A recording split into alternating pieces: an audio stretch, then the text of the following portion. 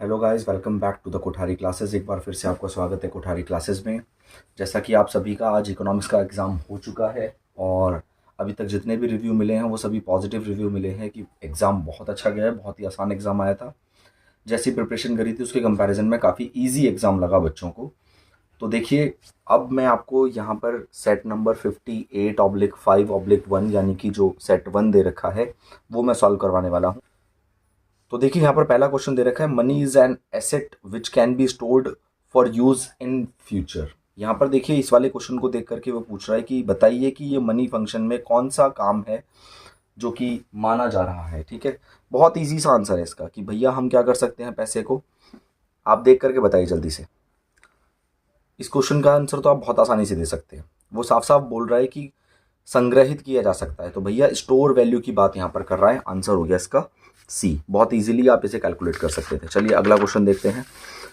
अगला क्वेश्चन बोल रहा है कि अंतर्राष्ट्रीय बाजार में भारतीय मुद्रा के मूल्य ह्रास यानी कि depreciation of the Indian currency. Indian currency को डेप्रिशिएट हो गया है। देखो, जब भी डेप्रिसिएशन होता है तो हमें पता है कि बाहर से है जो पैसा हमारे पास ज़्यादा आने लगेगा। 1991 में भी ऐसा ही हुआ था। लेकिन अगर मान लीजिए कि जो डेप्रिसिएशन इंडियन करेंसी का हो रहा है वो मैनेज्ड है। मैनेज्ड मतलब मार्केट फोर्स से है, जैसा कि यहाँ पे मेंशन भी किया हुआ है कि जो हमारा पैसा गिर रहा है वो मार्केट फोर्स के थ्रू गिर रहा है। तो हम पूछेंगे कि वो कैसे हो रहा है, तो हम बोलेंगे वो मैनेज्ड फ्लोटिंग से हो रहा। मैनेज्ड फ्लोटिंग का मतलब क्या होता है कि प्रबंधित तरलशीलता या प्रबंधित तृतीय, जिसे हमने हिंदी में पढ़ा था। तो इसका आंसर हो जाएगा आपका सी। ठीक है, इजीली मेरे ख्याल से आप सबने इस आंसर को टिक किया होगा, क्योंकि यहाँ पे मेंशन किया हुआ है कि अंतर्राष्ट्रीय बाजार में भारतीय मुद्रा का मूल्य ह्रास हुआ है। और ऐसा क्यों हुआ है? ऐसा इसलिए हुआ है क्योंकि बाजार में कुछ लोगों के द्वारा कंट्रोल्ड चेंज लाने की कोशिश की जा रही है। ओपन मार्केट में बोला भी गया है, यहाँ पर ओपन मार्केट में भारतीय मुद्रा को क्रय करने का निर्णय लिया गया है। तो यहाँ पर क्या किया जा रहा है? मैनेज करने की कोशिश की जा रही है। अब देखिए क्वेश्चन नंबर 3। क्वेश्चन नंबर 3 में यहाँ पे मेंशन किया हुआ है कि निम्नलिखित कथनों को ध्यान में रखते हुए अध्ययन कीजिए और बताइए कि स्टेटमेंट 1 ठीक है या स्टेटमेंट 2 ठीक है, या दोनों ठीक है, या दोनों में से कोई भी ठीक नहीं है। तो बहुत ही आसानी से हम इसे पढ़ करके समझा सकते हैं कि किसी द्विक्षेत्रक अर्थव्यवस्था में उपभोग व्यय और निवेश व्यय के समग्र मांग के दो घटक होते हैं। एग्रीगेट डिमांड को कैलकुलेट करने के लिए अगर हम द्विक्षेत्रीय अर्थव्यवस्था की बात कर रहे हैं तो दो चीज़ों को मिला करके एडी निकाला जाता है, जिसे हम बोलते हैं सी प्लस आई। तो पहला स्टेटमेंट हमें बिल्कुल सही समझ में आ रहा है कि पहला स्टेटमेंट बिल्कुल सही है। अब दूसरे स्टेटमेंट को पढ़ लेते हैं। समग्र मांग वक्र सदैव मूल बिंदु से धनात्मक ढाल का होता है। समग्र मांग वक्र सदैव मूल बिंदु से धनात्मक ढाल का ही होता है। तो ये स्टेटमेंट हमारा गलत है। समग्र मांग वक्र वाला जो स्टेटमेंट दे रखा है ये स्टेटमेंट हमारा गलत है। तो हमारा आंसर क्या हो जाएगा? आंसर हो जाएगा पहला कथन सत्य और दूसरा कथन क्या है? असत्य है। ठीक है, अगले क्वेश्चन की ओर आते हैं। अगला क्वेश्चन देखते हैं। अब इस क्वेश्चन में बोल रहा है भुगतान संतुलन घाटे से क्या अभिप्राय है। भुगतान संतुलन घाटे का सीधा सीधा हम जल्दी से कर लेते हैं कि जब स्वायत्त भुगतान स्वायत्त प्राप्तियों से अधिक होते हैं। ठीक है ना, एकोमोडेटिंग तो हमको बताया था कि ये तो संतुलन लाने के लिए की जाती है। तो स्वायत्त भुगतान जब स्वायत्त प्राप्तियों से अधिक होते हैं तो हम इसे बोलते हैं आपका भुगतान संतुलन घाटा।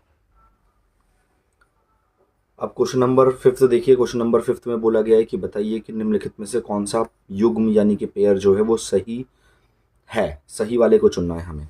तो देखो नीचे निजी बगीचे में उगाई गई जो सब्जियां हैं वो आपके गैर विपणन गतिविधि के अंतर्गत शामिल होती है। नॉन मार्केटिंग एक्टिविटी होती है, क्योंकि वो खुद के लिए उगाई जा रही है।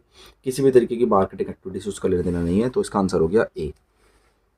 ठीक है ना, कोई दिक्कत नहीं है इसमें। आंसर आ गया हमारा ए। अब हम कर रहे हैं क्वेश्चन नंबर 5। क्वेश्चन नंबर 5 बहुत ही आसान क्वेश्चन है। क्वेश्चन नंबर 5 में तो बहुत ही हल्का पेपर दे रखा था ये। आप देखेंगे अगर ध्यान से तो बच्चे ने देखो यहाँ पे करा भी सही है। क्वेश्चन नंबर 5 में क्या करेंगे हम कि हमें कैलकुलेट करके देखना है कि देखो, मूल्य वृद्धि जो होता है उत्पादन का मूल्य माइनस मध्यवर्ती उपभोग यानी कि वैल्यू ऑफ आउटपुट में से इंटरमीडिएट कंजम्पशन को माइनस किया जाता है। यहाँ पे ये डैश दे रखा है तो 2000 सीधा सीधा लिख दिया गया। अगले में देखो यहाँ पर अगर 2000 है, यहाँ 2000 है, तो हम यहाँ 4000 लिखना पड़ेगा, यानी कि पहली वैल्यू 4000। अब आंसर अगर हम टैली करें तो पहली वैल्यू 4000 तीन जगह आ रही है। अब हम सेकंड वाला पॉइंट निकाल लेते हैं। यहाँ पर 4000 मेंशन किया हुआ है, टोटल निकालना है हमें। तो 4 4 8 और 2 10 4 14। देखो अब हम ये देख लेंगे कि किस तरीके से 10,400 सेकंड वाली वैल्यू में दे रखा है, यहाँ पे दे रखा है। ये भी कैलकुलेट कर लेते हैं। यहाँ 2 दे रखा है, यहाँ कितना जोड़ें ताकि 6 हो जाए। सीधा सीधा है यहाँ पर भी 4000, यानी कि तीसरी वैल्यू 4। तो आंसर हमारे पास हो गया बी। ठीक है, आप समझ पा रहे होंगे मैंने अभी कैसे कैलकुलेट करके दिखाया। अगर आप यहाँ पे भी देखेंगे तो 4400 रुपये आ रहा है, जो कि इसमें डी वैल्यू दे रखा है ना कि चौथी की वैल्यू दे रखा है।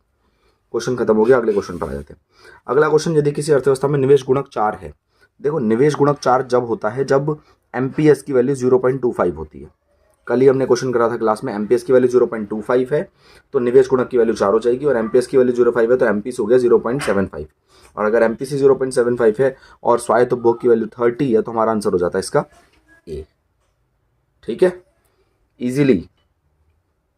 अगला क्वेश्चन, अगले दो क्वेश्चन मैंने क्लास में डिस्कस करे हैं, अगले दोनों क्वेश्चन क्लास में डिस्कस करे हैं। ये क्वेश्चन हमने कल ही डिस्कस करा था क्लास में और आज ये क्वेश्चन पेपर में दिखाई दे गया है। यदि राष्ट्रीय आय में वृद्धि व बचत में वृद्धि बराबर है तो सीमांत उपभोग प्रवृत्ति का मूल्य क्या होगा। राष्ट्रीय आय और बचत में वृद्धि बराबर देखने को मिल रही है तो एमपीसी इज इक्वल टू 0। और मैंने ऐसे बोला था अगर एमपीसी 0 है तो के की वैल्यू 1 हो जाएगी, और एमपीएस अगर 0 होता है तो हमारी के की वैल्यू इन्फिनिटी आती है ना। ये क्वेश्चन हमने कल डिस्कस भी करा था क्लास में। क्वेश्चन नंबर 7वां देखते हैं। क्वेश्चन नंबर 7वें में बोल रहा है कि बताइए कि कौन सा कथन सत्य है और कौन सा असत्य है।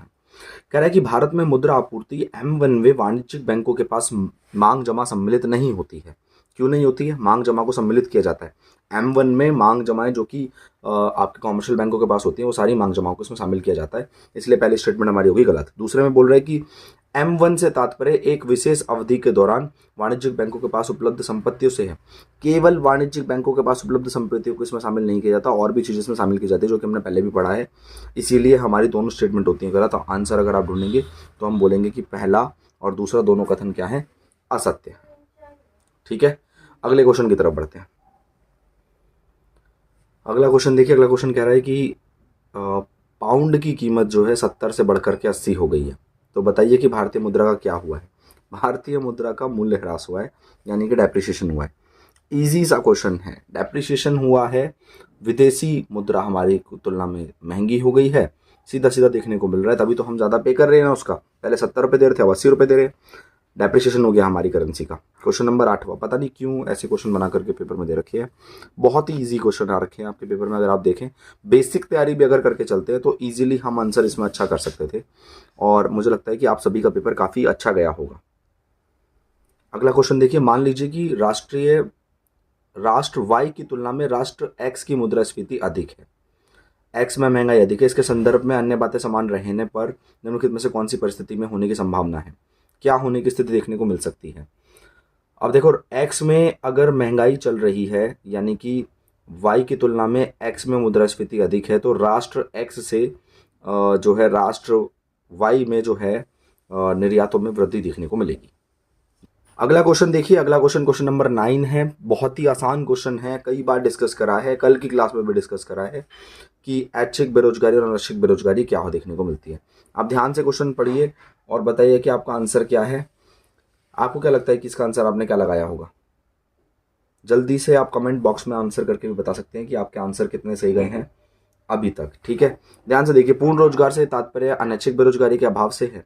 पूर्ण रोजगार से तात्पर्य अनैच्छिक बेरोजगारी के अभाव से है। अब देखो, अनैच्छिक बेरोजगारी के अभाव में भी पूर्ण रोजगार की स्थिति को प्राप्त कर लिया जाता है, हमने पहले भी डिस्कस करा है। अगला बोल रहा है, पूर्ण रोजगार की स्थिति में प्रचलित मजदूरी दर सभी सक्षम व इच्छुक व्यक्तियों को रोजगार प्राप्त होता है। तो देखो, आपको पता ही है, हमने पहले वाला तो आंसर बताया कि अभी सही है, बिल्कुल बिल्कुल, और दूसरा वाला देखेंगे तो पूर्ण रोजगार की स्थिति में प्रचलित मजदूरी दर जो होती है वो सभी सक्षम व इच्छुक व्यक्तियों को रोजगार वहां पर प्राप्त हो जाता है, तभी तो वो पूर्ण रोजगार की स्थिति है। अब आप अपनी इच्छा से ही अगर बेरोजगार होने की कोशिश में हैं तो भैया पूर्ण रोजगार में सम्मिलित नहीं होंगे। अनैच्छिक बेरोजगारी के अभाव में तो भैया उन व्यक्तियों को तो शामिल नहीं किया जाएगा, लेकिन ये वाले जो पॉइंट बता रखा है कि पूर्ण रोजगार की स्थिति में प्रचलित मजदूरी दर पर सभी सक्षम व इच्छुक व्यक्तियों को रोजगार प्राप्त होता है, तो हाँ जी हाँ, दोनों को प्राप्त होता है, तो आंसर हो गया इसका ए।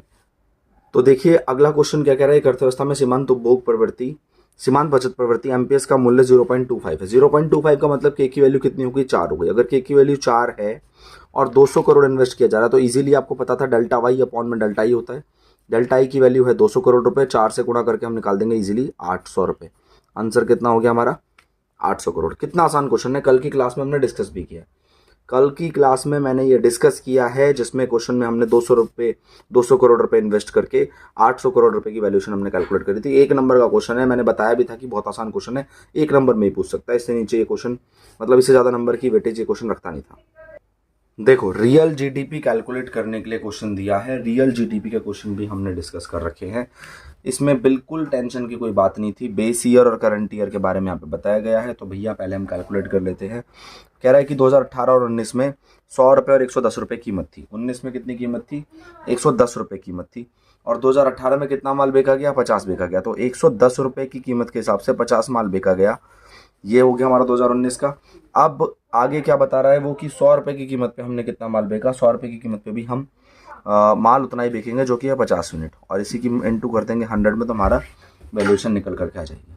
ठीक है, इसी तरीके से हमें कैलकुलेट करना था, आपको बताइए। इसे हम बोलते हैं क्या? जीडीपी को कैलकुलेट करना, जहाँ पे हमने बोल रखा है कि सकल वास्तविक घरेलू उत्पाद को कैलकुलेट करिए। ठीक है, आपने ऐसे ही करा होगा, आई होप। अगले क्वेश्चन पर आते हैं, क्वेश्चन नंबर 12 देख लेते हैं। देखिए अगला क्वेश्चन कह रहा है, विदेशों से निवेश से प्राप्त लाभांश। विदेशों में हमने निवेश कर रखा है और वहां से हमें डिविडेंड मिल रहा है, तो उसे पूंजी खाते के क्रेडिट पक्ष में दर्ज होता है। अब जो विदेशों से प्राप्त लाभांश है वो पूंजी खाता यानी कि कैपिटल अकाउंट में नहीं, करंट अकाउंट के अंतर्गत शामिल किया जाता है, तो इसीलिए ये वाला स्टेटमेंट तुम्हारा क्या हो गया? गलत हो गया। दूसरा बोलते हैं, भारतीय मुद्रा के मूल्य ह्रास से भारतीय निर्यात को प्रोत्साहन मिलेगा। बिल्कुल प्रोत्साहन मिलेगा। क्यों? क्योंकि अब भारतीय जो वस्तुएं हैं, सामान है, वो सस्ता हो जाएगा, तो बाहर से एकदम से उसकी डिमांड बढ़ने लगेगी। तो ये वाला जो स्टेटमेंट हमारा वो सही है। ठीक है, अगर आपको ये वाला क्वेश्चन नहीं आता था तो देखिए कल क्लास में बहुत ज़्यादा डिस्कशन चल रहा था। लास्ट में चैप्टर डिस्कस करते टाइम मैंने आपको बोला था कि स्वायत्त लेन देन और समायोजक लेन देन यानी कि एकोमोडेटिंग और ऑटोनॉमस ट्रांजैक्शंस को जरूर याद करके जाइएगा। शुरू से बोलते आए हैं, नोट्स में भी लिखा हुआ है, एकोमोडेटिंग और ऑटोनॉमस आइटम्स काफ़ी इंपॉर्टेंट क्वेश्चन है। अगर आपने ये पढ़ के गए होंगे तो 3 नंबर आपको यहाँ मुफ्त के मिल गए। आगे बढ़ते हैं, अगला क्वेश्चन देखिए। अगला क्वेश्चन कह रहा है कि किसी अर्थव्यवस्था में नियोजित बचत नियोजित निवेश से अधिक है। यार मतलब ये वाला क्वेश्चन हमने कितनी बार डिस्कस करा होगा क्लास में, आप सोच के देखिए। ये हमने हर पहलू से, मैंने आपको बताया भी था कि कई बार बोर्ड एग्जाम में डायरेक्ट एज इट इज ऐसे क्वेश्चन पूछा हुआ था, जहां पर एक बार सेविंग कम दिखाई है इन्वेस्टमेंट से और एक बार सेविंग ज़्यादा दिखाई है। और यहाँ पर मैंने आपको एडी ग्रेटर देन एएस भी एक्सप्लेन करा है और एएस ग्रेटर देन एडी भी एक्सप्लेन करा है। हमने ये चारों क्वेश्चन करे हैं। ये क्वेश्चन आपके पेपर में पूछा हुआ है, क्वेश्चन नंबर 13 और 4 नंबर का क्वेश्चन है। आप बताइए, मेरे को लग रहा है कि यहाँ पे बहुत सारे ऐसे बच्चे हैं जो कि 100 इजीली स्कोर कर सकते हैं इस पेपर में, क्योंकि ये पेपर काफ़ी आसान दे रखा है। आप देखें तो यहाँ पर ये क्वेश्चन हमने काफ़ी बार रिपीट करा है। 4 नंबर की वेटेज रखने वाला क्वेश्चन मैंने डिस्कस भी करा था। और अगर इसमें बच्चे डायग्राम भी बना के आएंगे, वैसे तो बोला नहीं है डायग्राम बनाने के लिए, लेकिन अगर बना के आएंगे तो और हेल्पफुल होगा टीचर के लिए कि चेक करके आसानी से नंबर आपको दे देगा। अगले क्वेश्चन पर पहुंचते हैं। क्वेश्चन नंबर 14 क्या कह रहा है? 6 अगस्त 2022 को द हिंदू में प्रकाशित निम्नलिखित समाचार के अनुसार, देखिए यहाँ पर क्या किया गया है, एमपीसी मतलब यहाँ पर एमपीसी का मतलब मार्जिनल प्रोपेंसिटी ऑफ कंजम्पशन नहीं है, एमपीसी का मतलब मेंशन किया गया मॉनेटरी पॉलिसी कमेटी। तो उन्होंने क्या देखने को मिला है वहां पर? उन्होंने रिवर्स रेपो रेट बढ़ा दिया है ना, रिवर्स रेपो रेट ही बढ़ाया ना। हाँ, तो आप देखिए हमने कई बार ये देखा, रेपो रेट बढ़ाया, सॉरी रेपो रेट में वृद्धि कर दी है। मैंने आपको बताया था, हमने CRR, SLR, open market operation, bank rate, reverse repo rate और रेपो रेट पढ़ा था। इन्फ्लेशन डिफ्लेशन की सिचुएशंस मैंने पहले पढ़ ली थी। अगर मार्केट इन्फ्लेट हो रही है तो ज़्यादातर केसेस में सरकार क्या करती है कि ये रेट्स को बढ़ा देती है। उसी से रिलेटेड ये क्वेश्चन आपको यहाँ पर दे दिया गया बैंकिंग। अगला क्वेश्चन देखते हैं, क्वेश्चन नंबर 15। क्वेश्चन नंबर 15 कह रहा है कि सरकार के एजेंट व सलाहकार के रूप में केंद्रीय बैंक की भूमिका की व्याख्या करें। यार ये क्वेश्चन कितनी बार डिस्कस करा होगा बैंकिंग चैप्टर में, जब बच्चे कह रहे थे कि कौन सा क्वेश्चन है सबसे ज़्यादा इंपॉर्टेंट, तो फंक्शंस ऑफ बैंक मैंने बताया था कि सबसे इंपॉर्टेंट क्वेश्चन है। और उसमें मैंने बोला था जो सबसे ज़्यादा पूछता है वो होता है बैंकों का बैंक, सरकार का बैंक, अंतिम ऋणदाता और ऐसे कुछ चीज़ें। तो वहाँ पर यही बोला है कि केंद्रीय बैंक की भूमिका बताइए सलाहकार के रूप में, एजेंट के रूप में। तो भाई सरकार का पैसा कहाँ इन्वेस्ट होगा, कैसे कैसे होगा, वो सारा का सारा काम कौन रखता है? केंद्रीय बैंक होता है। मैंने आपको बताया भी था कि मिनिस्ट्रीज होती है, वित्त मंत्रालय आदि, जो मिनिस्ट्रीज हैं जिनको पैसा पहुंचाने का काम है बजट के प्रावधान से, वो कार्य यही करता है। तो भाई यहाँ पर ये हमने बोल दिया सलाहकार और एजेंट के रूप में कार्य करता है। 1991 की पॉलिसी अगर आपको याद हो ना, तो मैंने वहाँ पर आपको बताया भी था कि वित्तीय सलाहकार जो हमारे थे वो उस समय आरबीआई के गवर्नर के सुझाए गए आदेश को ही ध्यान में रखते हुए पहुंचे थे प्रधानमंत्री के पास, और उन्होंने उन्हें बोला था कि हमें क्या करना चाहिए, हमें जो भारत में जो हमारा आरबीआई के पास जो सोना है वो हमें बाहर गिरवी देना चाहिए। तो सलाह दे रहा है ना वहाँ पर आरबीआई का गवर्नर। तो ये कार्य के बारे में यहाँ पर पूछा गया। 4 नंबर का क्वेश्चन बहुत आसान है। इसी में बी पार्ट में दे रखा है रिवर्स रेपो रेट। ये लो, यहाँ पर रेपो रेट पूछा हुआ है, यहाँ पर रिवर्स रेपो रेट पूछा हुआ है, दोनों क्वेश्चन को पूछ लिया गया। रिवर्स रेपो रेट भी पूछ लिया, रेपो रेट भी पूछ लिया। यहाँ पर बोला रिवर्स रेपो रेट को परिभाषित कीजिए, संक्षिप्त में व्याख्या कीजिए कि किस प्रकार यह उपकरण वाणिज्यिक बैंक द्वारा साख सर्जन को नियंत्रित करता है। मॉनेटरी पॉलिसी का एक पॉइंट है, इसमें पूछा गया कि रिवर्स रेपो रेट बढ़ाएंगे क्यों इन्फ्लेशन के टाइम पर और घटाएंगे क्यों डिफ्लेशन, और ऐसे करके मेंशन करके 4 नंबर आपको मुफ्त में मिल सकते हैं अगर आपको क्वेश्चन ये आता है तो। वैसे तो पहला वाला कोई पार्ट करा होगा मेरे को लगता है सारे बच्चों ने। अगले पर आते हैं 16 क्या कह रहा है, किसी राष्ट्रीय आय में गणना करते समय निम्नलिखित के साथ क्या व्यवहार किया जाएगा। अब ध्यान से देखिए, ये वाला क्वेश्चन कह रहा है कि भारत में विदेशी बैंकों द्वारा अर्जित लाभ। भारत में विदेशी बैंकों ने जो लाभ अर्जित करा है वो हमारे डोमेस्टिक इनकम को कम कर रहा है, नेशनल इनकम से कोई लेना देना इसका है ही नहीं दूर दूर तक। मैंने आपको बताया भी था ये, ठीक है ना। और मैंने आपको बताया था कि अगर भारत का कोई बैंक है जो सिंगापुर में प्रॉफिट अर्न कर रहा है तो उसे हम अपने नेशनल इनकम में कैलकुलेट करेंगे, फैक्टर इनकम फ्रॉम अब्रॉड, ठीक है। तो यहाँ पर ये वाला पॉइंट तो बिल्कुल भी ऐड इसमें नहीं होगा, कोई दिक्कत नहीं होनी चाहिए। अगला पॉइंट आया, एक फर्म द्वारा अचल परिसंपत्ति के सुधार पर किया गया व्यय। अचल संपत्ति के सुधार पर यानी कि expenditure on upgradation of the fixed asset by a firm. तो इसे हम क्या बोलते हैं, आपने पढ़ा होगा निजी अंतिम उपभोग व्यय, सरकारी अंतिम उपभोग व्यय, उसके बाद आता है सकल घरेलू पूंजी निर्माण, यानी कि वैसा किया गया निवेश जिससे कि अचल परिसंपत्ति में सुधार आता है। तो इसे हम नेशनल इनकम यानी कि राष्ट्रीय आय की गणना करते समय ऐड करेंगे। अगला इसी में दे रखा है एक पार्ट, यानी कि 3 नंबर ये और 3 नंबर ये न्यूमेरिकल दे रखा है आपको। न्यूमेरिकल में क्या बोला गया है, मान लीजिए कि किसी वित्तीय वर्ष में एक राष्ट्रीय आय में बाजार मूल्य का यानी कि जीडीपी, देखो जीडीपी एमपी मेंशन कर रखा है, जीडीपी एमपी कितना दे रखा है 1100 रुपये, ठीक है। अब यहाँ पर क्या दे रखा है, विदेशों से शुद्ध कारक आय यानी कि 100 रुपये दे रखा है एनएफआई। एनएफआई आपको दे रखा है 100 रुपीज़। शुद्ध अप्रत्यक्ष कर यानी कि एनआईटी आपको दे रखा है 150 करोड़ रुपए, और राष्ट्रीय आय यानी कि एनएनपीएफसी आपको मेंशन किया हुआ है 850 करोड़ रुपए। तो आपको करना क्या है, इसे बना दीजिए एनडीपीएमपी। एनडीपीएमपी कैसे बनाएंगे, एनडीपीएफसी सॉरी। देखो ये जीडीपीएमपी है, इसमें से मैं माइनस कर देता हूँ 150, तो बचेगा 950 रुपये, जो कि हमारे पास आ जाएगा जीडीपीएफसी। जीडीपीएफसी हमारे पास 950 है। अगर मैं जो हमारे पास दे रखा है एनएनपीएफसी, ये वाली वैल्यू, ठीक है। अब देखो हमसे क्या पूछा उसने, हमसे पूछा है कि मूल्य ह्रास की गणना कीजिए, और हमें मेंशन क्या कर रखा है यहाँ पर, उसने बोल रखा है कि सकल घरेलू उत्पाद यानी कि जीडीपीएमपी है 1100 रुपये, विदेशों से प्राप्त आय यानी कि एनएफआई है 100 रुपये, शुद्ध अप्रत्यक्ष कर है कितना, शुद्ध अप्रत्यक्ष कर है हमारे पास 150 रुपये, ठीक है। तो राष्ट्रीय आय यानी कि एनएनपीएफसी में मैं जोड़ देता हूँ कितना, राष्ट्रीय आय की वैल्यू दे रखी है कितनी, देखो ये है राष्ट्रीय आय की वैल्यू दे रखी है 850। तो 850 राष्ट्रीय आय है, राष्ट्रीय आय में से हम घटाएंगे 100, 750 ही हो गया। देखो अब एनडीपीएफसी हमारे पास हो गया 750 रुपीज़, और हमारे पास जीडीपीएफसी जो है वो हो जाएगा 950 रुपये। तो दोनों को माइनस करेंगे तो 200 रुपये आंसर आ जाएगा। ध्यान से देख लीजिए, बहुत ही आसान है, ठीक है। कई बार करा है हमने क्वेश्चन में, पहले भी हमने काफ़ी बार क्वेश्चन करा है ये, और प्रैक्टिस करते करते आप इजीली, जब आपने फॉर्मूले समझ रखे हैं ना, तो आप इजीली इन क्वेश्चंस को सॉल्व कर सकते हैं। तो आंसर कितना आया होगा आपका इसका, 200। आगे बढ़ते हैं अगले क्वेश्चन के लिए।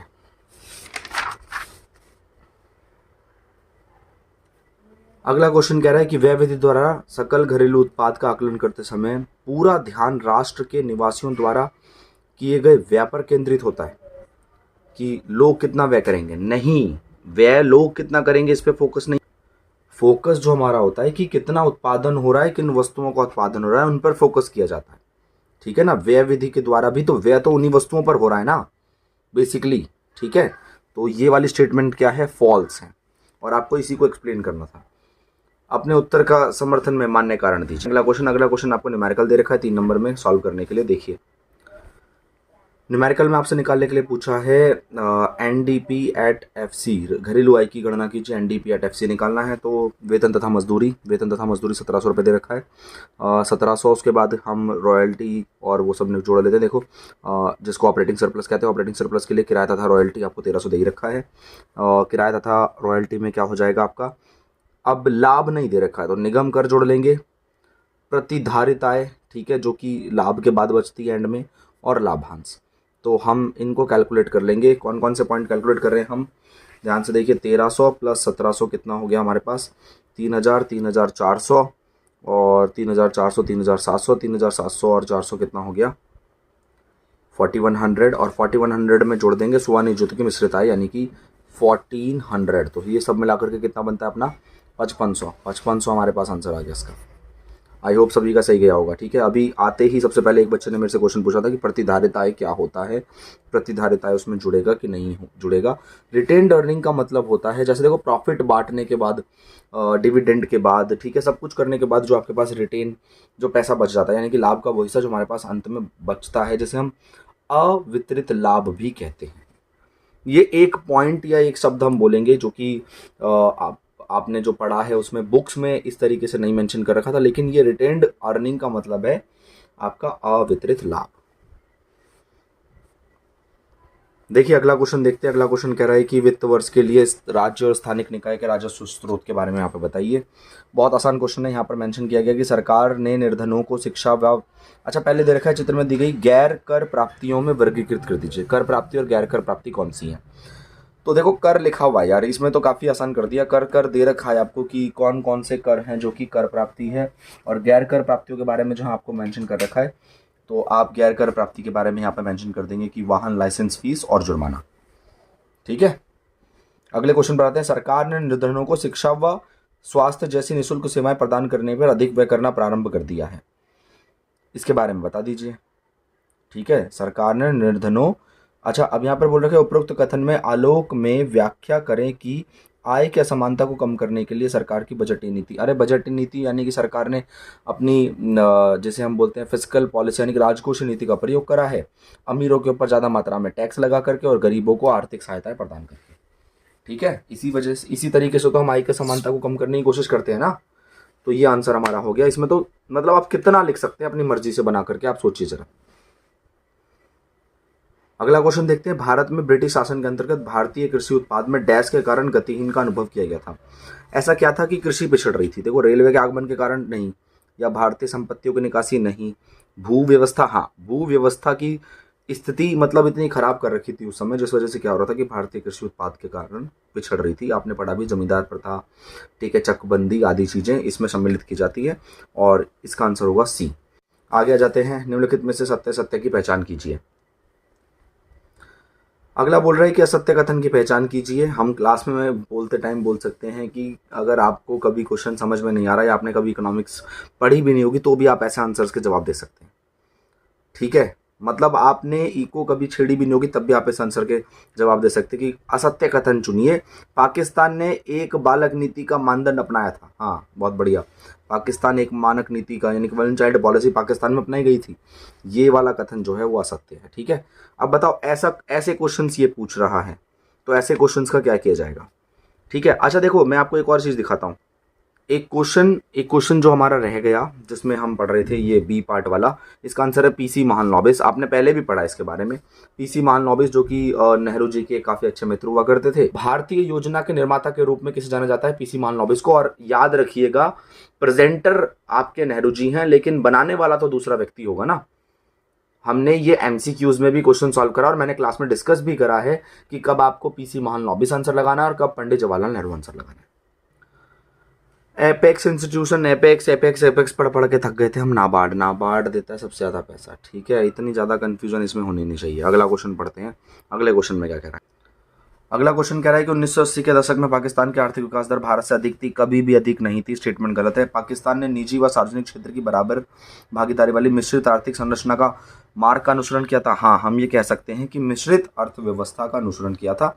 तो इसका आंसर हमारा कौन सा हो जाएगा, इसका आंसर हमारा हो जाएगा कि कथन ये असत्य है, लेकिन कारण आर यानी कि दूसरा सत्य। ठीक है, अगले क्वेश्चन पर आते हैं, पहचान करें कि निम्नलिखित में से क्या भारत के मानव पूंजी निर्माण की समस्या से संबंधित है। मानव पूंजी निर्माण की समस्या से संबंधित कौन सा तत्व है?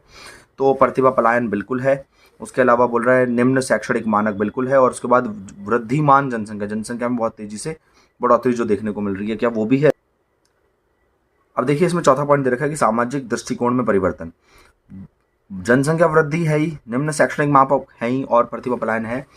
सामाजिक दृष्टिकोण में परिवर्तन ऑप्शन भी माना जा सकता है, लेकिन यहाँ पर जो ऑप्शन दे रखे हैं वहाँ पर चारों नहीं दे रखा, तो पहला दूसरा तीसरा आंसर लगा देंगे। अगला क्वेश्चन कह रहा है कि निम्नलिखित कथनों को ध्यानपूर्वक पढ़िए। SEZ नीति के कारण चीन में प्रचुर प्रत्यक्ष वृद्धि हुई। हाँ जी, स्पेशल इकोनॉमिक जोन उसने ओपन कर दिए थे। पहले तो आपको पता ही है कि रिटेल में 100% जो था चाइना ने FDI को मंजूरी दे दी थी, देन उसके बाद उसने क्या करा, स्पेशल इकोनॉमिक जोन डिवाइड कर दी, और उसकी वजह से इन्वेस्टमेंट जो है चाइना में बहुत तेजी से बढ़ा। तो पहला स्टेटमेंट बिल्कुल सही है। चीन का तीव्र औद्योगिकरण विकास 1981 में उसके आर्थिक सुधारों का परिणाम था। नहीं, 1981 का आर्थिक सुधार चीन के नहीं पाकिस्तान के हैं। तो स्टेटमेंट हमारा ये वाला, यानी कि कथन एक सत्य और दूसरा असत्य है, ये माना जाएगा। ठीक है, अगले क्वेश्चन पर आते हैं। कह रहा है कि पहचान करें कि पर्यावरण के संदर्भ में निम्नलिखित कौन सा कार्य असत्य है। सीधा सीधा पूछ रहा है कि पर्यावरण के संदर्भ में निम्नलिखित कौन सा कथन असत्य है। तो भूमि अपक्षण यानी कि लैंड डिग्रेडेशन पर्यावरण से जुड़ा हुआ तत्व नहीं है। ये तो आपको पता ही है कि ज़्यादा फर्टिलाइजर्स, पेस्टिसाइड्स और इनका इस्तेमाल करने की वजह से लैंड डिग्रेडेशन देखने को मिलता है। ठीक है, अगले क्वेश्चन पर आते हैं। अगला क्वेश्चन देखिए, पहचान करें कि श्रमिक। चलिए तो देखते हैं अपना अगला क्वेश्चन। अभी बैटरी इश्यू हो गया था तो दोबारा से स्टार्ट कराएं। अगला क्वेश्चन क्या बोल रहा है कि पहचान करिए कि जो मैंने जो अभी आपको बोला था कि वर्कर पॉपुलेशन रेशियो कैलकुलेट करने के लिए बोल रहा है। तो वर्कर पॉपुलेशन कैलकुलेट करने का इजी फॉर्मूला आपका होता है, ये जो लगा रखा है ये बिल्कुल सही है, कुल श्रमिक बटे कुल जनसंख्या इंटू में 100, है ना। टोटल वर्कर्स कितने हैं और टोटल पॉपुलेशन इंटू में 100 करके आप इजीली कैलकुलेट कर सकते हैं। अगले क्वेश्चन पर आते हैं। चीन की प्रथम पंचवर्षीय योजना 1956 में प्रारंभ हुई। अब बताइए आपने इसके बारे में पढ़ा है कि नहीं पढ़ा है। चीन की प्रथम पंचवर्षीय योजना कब आई? तो चीन की प्रथम पंचवर्षीय योजना 1956 में ही आई। अच्छा देखो यार, ध्यान से सुनिएगा, हम उससे पहले पंचवर्षीय योजना लेकर के आ गए, है ना, लेकिन वो हमारे बाद लेकर के आया पंचवर्षीय योजना, तब भी आगे बढ़ गया हमसे। अगला बोल रहा है, सोवियत संघ का अनुकरण करते हुए भारत व चीन दोनों ने समाजवादी अर्थव्यवस्था को मॉडल का चयन किया था। हाँ, तो स्टेटमेंट पहला और दूसरा दोनों ही, मतलब पहला सत्य और दूसरा क्या है, असत्य है। क्यों? ये वाला पॉइंट देखो, मैंने आपको पढ़ाते टाइम ये बोला था कि यार देखो, हमने फोकस तो करा था कि यहाँ हम भी 5 ईयर प्लान लेकर के आएंगे और हम भी सोवियत संघ के पीछे पड़े रहेंगे, या हम भी सोवियत संघ की पॉलिसी के पीछे, मिखाइल गोर्बाचोव जो लेकर के आए उसके पीछे लगे रहेंगे। लेकिन हमने अनाउंस करी थी मिक्स्ड इकोनॉमी, है ना, ये याद रखिएगा। शीत युद्ध का दौर, अगर आप ना आर्ट स्ट्रीम के बच्चे हैं तो आपने पढ़ा है शीत युद्ध का दौर, और उसके बाद वहाँ पे हमें समझ में आता है कि हमें गुट निरपेक्ष की ओर क्यों जाना पड़ा, क्योंकि हम किसी एक पर्टिकुलर देश के साथ शामिल नहीं हो सकते थे। इसीलिए हमने अपनाया तो इनवर्ड लुकिंग ट्रेड पॉलिसी अगर हमारे यहाँ पर है तो वो मिक्स्ड इकोनॉमी की तरफ तो इशारा नहीं करता ना, नहीं कोशिश करने दे रहा ना वो कि बाहर या अपने देश में, मतलब लाइसेंस परमिट कोटा आप अनाउंस कर रहे हैं और बोल रहे हैं कि बिजनेस खोलिए, हम खोलने का मौका देंगे, ऐसा तो नहीं काम चलेगा ना। लेकिन आंसर क्या होगा? आंसर ए हो जाएगा, क्योंकि हाँ ये वाली बात तो सत्य है लेकिन ये वाली बात असत्य है। चलिए खैर आगे बढ़ते हैं। अगला इस तरीके के क्वेश्चन को देख लीजिए। कह रहा है कि वर्तमान पर्यावरण चुनौतियों के संदर्भ में दिए गए चित्र पर धरती की परिस्थिति की व्याख्या कीजिए। धरती की परिस्थिति की व्याख्या कीजिए। तो ग्लोबल वार्मिंग से जुड़ा हुआ ये चित्र है। खास करके आपने कई बार, मतलब जब पर्यावरण से रिलेटेड इमरजेंसी दिखाई देती है तो इस तरीके के पेपर में चित्र आपको देखने को मिलते हैं जहाँ पे पृथ्वी को बीमार दिखाया गया है और पृथ्वी काफ़ी गर्म है CO2 की वजह से, कार्बन गैसेस के बढ़ने की वजह से। और सर के ऊपर देखिए, क्योंकि तेज बुखार है तो सर के ऊपर थैली भी रखी हुई है। तो हमें बताना था कुल मिलाकर के कि इन्वायरमेंट को बचाने के लिए हमें क्या क्या कदम उठाने चाहिए और किस तरीके से पर्यावरण की कौन कौन सी हमें चुनौतियाँ फेस करनी पड़ रही हैं। कल इंपॉर्टेंट क्वेश्चन कराते टाइम ये क्वेश्चन, यानी कि पर्यावरण चुनौती वाला क्वेश्चन इंपॉर्टेंट बताया था। ठीक है, लास्ट में भी आप डिस्कस कर रहे थे क्लास में कि किस तरीके से मतलब एक पॉइंट था कि जिसमें हमने बोला कि हमारा जो अवक्षय है वो क्यों हो रहा है, या फिर हमने एक पॉइंट बोला था कि हमारी जो एब्जॉर्प्शन की जो कैपेसिटी है, धारणीय क्षमता है, वो धीरे धीरे कम होती जा रही है। और भैया एक लिमिट होती है ना हर चीज़ को झेलने की। चलिए, मैंने आपको इसमें अमेज़ॉन के जंगलों के बारे में भी मेंशन करके बताया था कि वहाँ पर जो धरती के फेफड़े यानी कि लंग्स ऑफ द अर्थ बोला गया है और वहाँ पर आग लगी थी, उसकी वजह से भी काफ़ी नुकसान देखने को मिल रहा था। ठीक है, अगला क्वेश्चन क्या है? भारतीय ग्रामीण क्षेत्रों में एक परिवार के अधिक व्यक्ति कार्यरत हैं। कौन सी वाली बेरोजगारी है ये कौन सी वाली बेरोजगारी की बात कर रहा है, आपको आसानी से पता लग जाना चाहिए। रूरल एरिया में एक ही जगह में बहुत सारे लोग काम कर रहे हैं, प्रछन्न बेरोजगारी, डिस्गर्स्ड अनएम्प्लॉयमेंट इसे बोलते हैं। ठीक है, गरीबों को ऋण उपलब्धताओं यानी कि आवश्यकताओं को पूरा करने में सक्षम सूक्ष्म साख प्रणाली की भूमिका की व्याख्या कीजिए। माइक्रो स्कूल पे जो लोन प्रोवाइड कराया जाता है, हमने आपको इसके बारे में बताया था, लिमिटेशंस भी बताई थी, 3 सेक्टर्स में बताया था कैसे कैसे लोन प्रोवाइड किया जाता है। मैंने आपको बताया था 50,000 की लिमिट से लेकर के 1 करोड़ तक में प्रोवाइड कराया था, 1 करोड़ से 20 करोड़ तक में और 20 करोड़ से 50 करोड़ तक में। ठीक है, इस तरीके से यहाँ पर पूछा गया है कि गरीबों को सूक्ष्म साख प्रणाली की व्याख्या कैसे की जानी चाहिए। तो आप यहाँ पे आसानी से लिख करके आ गए होंगे। आगे आपके सामने ये जीडीपी वाला, यार देखो पढ़ाते टाइम मैंने आपको बताया था कि हो सकता है कि पैसेज भी आए आपका एचडीआई में से। ठीक है, प्री बोर्ड के टाइम पे ही बोला था और यहाँ पे भी कुछ ऐसा ही देखने को मिल रहा है। अब यहाँ पे इस क्वेश्चन को देख करके बोल रहा है कि भारत एवं चीन की जीडीपी की वार्षिक वृद्धि के संबंधित निम्नलिखित आंकड़ों की तुलना का विश्लेषण कीजिए। 1980 और 1990 के बीच में भारत में जो वृद्धि देखने को मिल रही है वो 5.7 है और जो कि बढ़ करके 7.3 हो गई 15 से 17 के बीच में, और चीन जो 10.3 से बढ़ रहा था, अब चीन की जो ग्रोथ रेट है वो बढ़ कम हो गई है। यार देखो चाइना में जो पॉलिसी आई थी ना, ठीक है, महान सर्वहारा नीति, उसके बाद चाइना बहुत तेज़ी से तरक्की करा। तो मैंने आपको ये एग्जाम्पल से समझाया था कि एक बच्चा जो 90% पहले ले आया है ना, अब वो कितने परसेंट अपनी पढ़ाई में इंक्रीमेंट यानी कि चेंज लेकर के आ सकता है। मान लीजिए वो 95% भी लेकर के आ जाता है, ठीक है, या 96 यानी कि 90 से 6% 7% आके गया।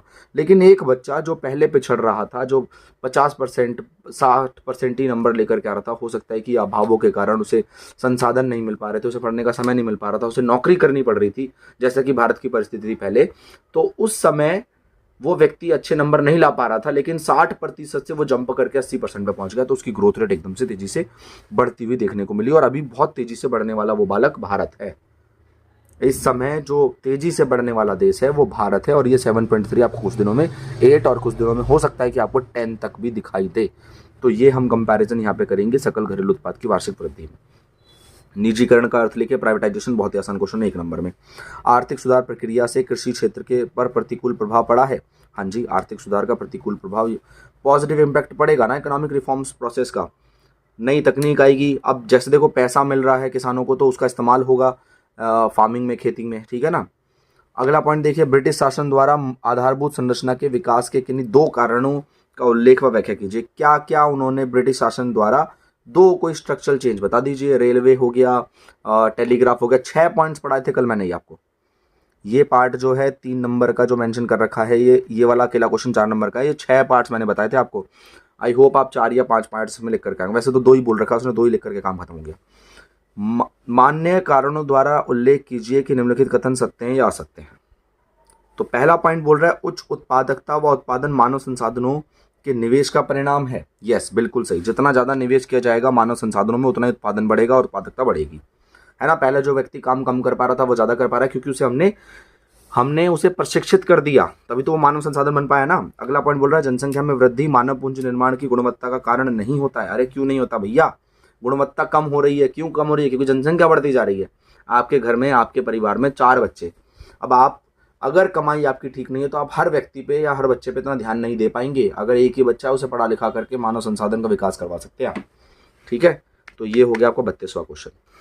अगला क्वेश्चन कह रहा है जैविक कृषि का अर्थ बताइए, व्याख्या करें कि किस प्रकार धारणीय विकास को प्रोत्साहित करता है। जैविक कृषि वाला क्वेश्चन बहुत ही आसान था।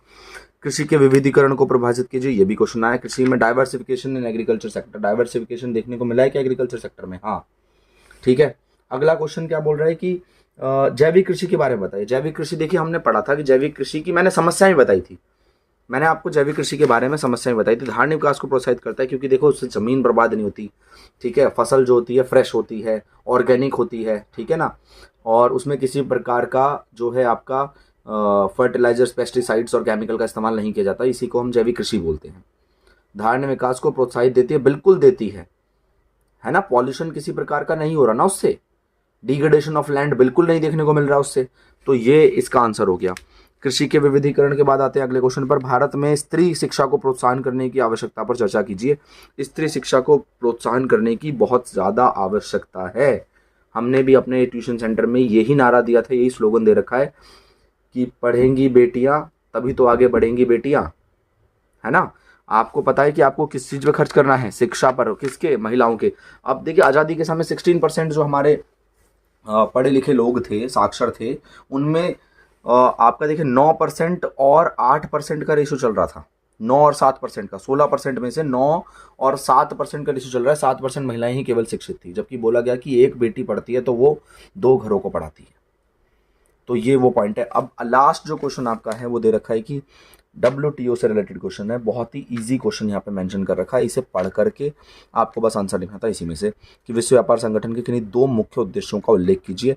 विश्व व्यापार संगठन के बारे में मैंने बता रखा है, हमने आपको गेट के बारे में बता रखा है, विश्व व्यापार संगठन का निर्माण क्यों किया गया, किन परिस्थितियों में किया गया ये भी बता रखा है, कितने देश सम्मिलित थे 1995 में ये भी बताया हुआ है, 1948 में कितने देश सम्मिलित थे ये भी बताया हुआ है, और 2016 में कितने थे ये भी हमने कल की क्लास में डिस्कस करा है। WTO हमने बहुत अच्छे से पढ़ा था। एक पॉइंट जो हमने पढ़ा था वो नहीं आया इसमें, वो था G20। रिस्क था, हमें लग रहा था कि G20 भी क्वेश्चन में आ सकता है, इस तरीके के पैसेज में G20 आ सकता है, लेकिन G20 नहीं आया। G20 की जगह ये आ गया है, तो कोई दिक्कत की बात नहीं है। आपको तो ये पता ही है ना, इसके बारे में सारी व्याख्या हमने पहले ही कर ली थी। अब यहाँ पे बोल रहा है कि भारत द्वारा खाद्य सुरक्षा को सुदृढ़ बनाने के लिए किए गए किन्हीं 2 कदमों को, खाद्य भैया भोजन उपलब्ध कराने के लिए, फूड सिक्योरिटी के लिए WTO कदम उठाता है या फिर हमने कुछ कार्य करे, इसे पढ़ करके मेंशन करना है, कोई दिक्कत नहीं है।